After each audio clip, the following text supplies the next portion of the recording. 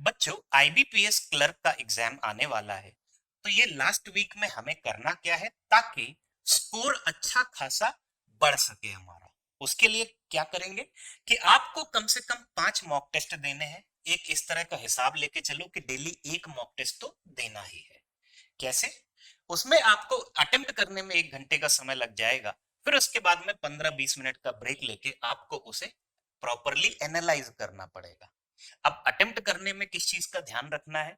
सबसे पहले जो आपको जिस चीज का ध्यान रखना है वो ये है कि आपको हर सेक्शन में कम से कम 20 क्वेश्चन तो सॉल्व करने ही है। उससे ऊपर कर रहे हो, 25 कर रहे हो, 27 कर रहे हो, 28 कर रहे हो या 30 कर रहे हो, वो और अच्छी चीज है। ओवरऑल एक अच्छा अटेम्प्ट जिसे हम बोलेंगे वो डिपेंड करता है आपकी तैयारी कहाँ पे। वैसे अच्छा अटेम्प्ट जो होंगे 80 के आसपास, 80, 82, 85। अब एक्चुअल कट ऑफ पे मत जाना बहुत, क्योंकि वो नॉर्मलाइज स्कोर होता है। अब उसमें भी आपको ये ध्यान रखना है कि बीच में अगर कोई डिफिकल्ट सवाल आ जाए या कोई लेंदी सवाल आ जाए तो आपको लग रहा है कि इसमें समय बहुत ज्यादा लगेगा, तो बेटर है छोड़ दो। अब ये तो हो कि आप मैथ सेक्शन के 35 के 35 सवाल तो देख लो। समझ रहे हो ना? ये नहीं होना चाहिए। हो सकता है आखिरी में बहुत आसान वाले क्वाड्रेटिक के सवाल हो या नंबर सीरीज हो। समझ रहे हो?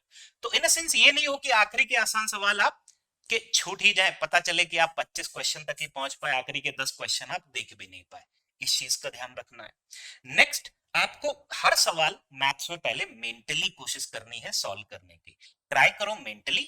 आपको पेन तभी उठाना है जब मेंटली ना हो पा रहा हो। मेंटली ना हो पा रहा हो जनरली एक चीज होती है कि बहुत ज्यादा स्टेप्स आ जाती हैं, कि too many steps are there, इस वजह से मेंटली नहीं हो पा रहा है। अब जब आपका टेस्ट हो गया, उसके बाद में स्कोर आ गया, आपने 15-20 मिनट इंतजार किया, आराम किया, कुछ और काम किया, 1 घंटे भर किया, जो भी है, सेम डे एनालिसिस जरूर करनी है। एनालिसिस में आपको क्या देखना है? सबसे पहले आपको यह देखना है कि आपका स्कोर कितना आ रहा है। राइट, वंस अगेन बच्चों, अगर आप 80 प्लस अटेम्प्ट करोगे तो स्कोर जो आपका आएगा उसमें 10% लगभग गलत हो ही जाएंगे। तो 72, 74, 75 के आसपास, which is more than sufficient. अब उसमें से आपके जो जो सवाल गलत हुए, ये देखो उसमें गलती कहाँ हुई है। कहीं कोई कैलकुलेशन मिस्टेक हो गई, या सवाल कुछ और पूछ रहा था और आपने कुछ और समझ दिया, या फिर आंसर ऑप्शन मार्क करने में गलती हो गई। कोई भी मिस्टेक हो सकती है। जरा उसको एनालाइज करो और कोशिश करना आगे से इस तरह की गलतियां ना हो। फिर आपने जो सवाल छोड़े हुए हैं, जो आपने लीव करे हैं, उनको आप देखो कि उनको कैसे सॉल्व करेंगे, कम से कम समय में उनको कैसे सॉल्व करेंगे। डन।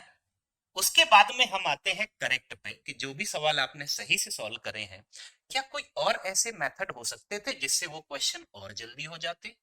कई सारे क्वेश्चन में आपको ये देखने को मिलेगा कि वो क्वेश्चन और जल्दी हो सकते थे। सब में नहीं, कई सारे में ऐसा होगा।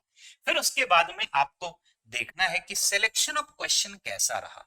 मतलब यहाँ पे आपको दो चीजें देखनी है। पहली चीज ये कि कोई ऐसे सवाल तो नहीं रह गए, इनफैक्ट रह ही जाएंगे। कुछ ऐसे सवाल कौन कौन से हैं जो आप कर सकते थे लेकिन एग्जाम टाइम में नहीं कर पाए।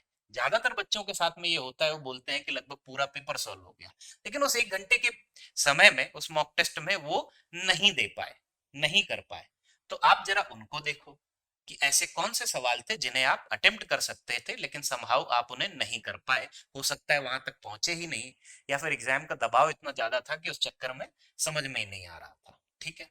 दूसरा, आपको वो भी सवाल देखने हैं जो आपने कर तो लिए लेकिन करने नहीं चाहिए थे। आपको जरूर कुछ ना कुछ ऐसे डीआई के सेट मिल जाएंगे, या एरिथमेटिक का कोई सवाल मिल जाएगा जो लेंदी था, जिसे हमें अटेम्प्ट नहीं करना चाहिए था लेकिन फिर भी अटेम्प्ट किया।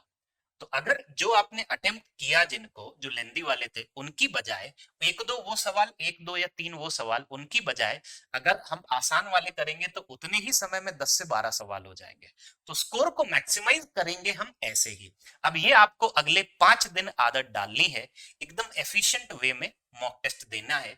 और जब फ्राइडे आएगा, सैटरडे आएगा, तब तक आप देखोगे कि आपका स्कोर जो है वो अच्छा खासा जंप ले चुका है। अब आपका स्कोर एक बेहतरीन सा स्कोर आने लगा है जो ओवरऑल कट ऑफ भी निकाल ले जाएगा। डन। चलिए फिर, ऑल द बेस्ट बच्चों।